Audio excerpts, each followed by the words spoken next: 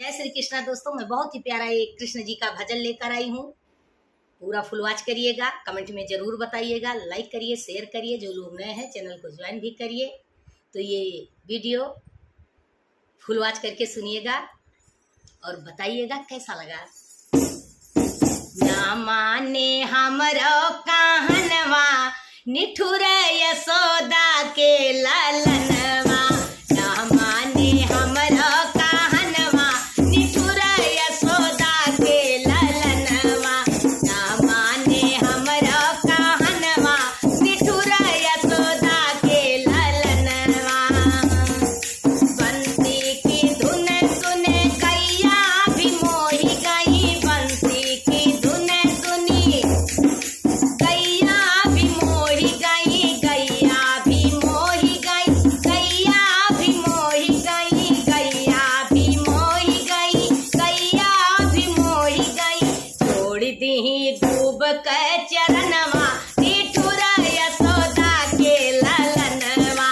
छोड़ दी डूब के चरणवा, निठुर यशोदा के ललनवा। ना माने हमरो कहनवा, निठुर यशोदा के ललनवा। बंसी की धुन सुनी ग्वालिन भी मोही गई, बंसी की धुन सुनी ग्वालिन भी मोही गई, ग्वालिन भी मोही गई, ग्वालिन भी मोही गई, ग्वालिन भी मोही गई, ग्वालिन भी मोही गई।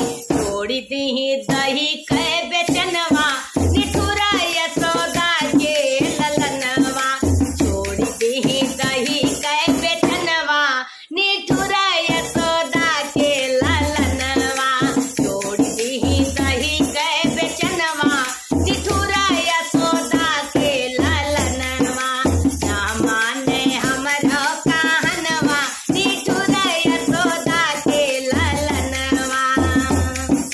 बंसी की धुन सुनी सखिया भी मोही गई, बंसी की धुन सुनी सखिया भी मोही गई, सखिया भी मोही गई, सखिया भी मोही गई, सखिया भी मोही गई, सखिया भी मोही गई। छोड़ दी संग के रहनवा, निठुर यशोदा के ललनवा। छोड़ दी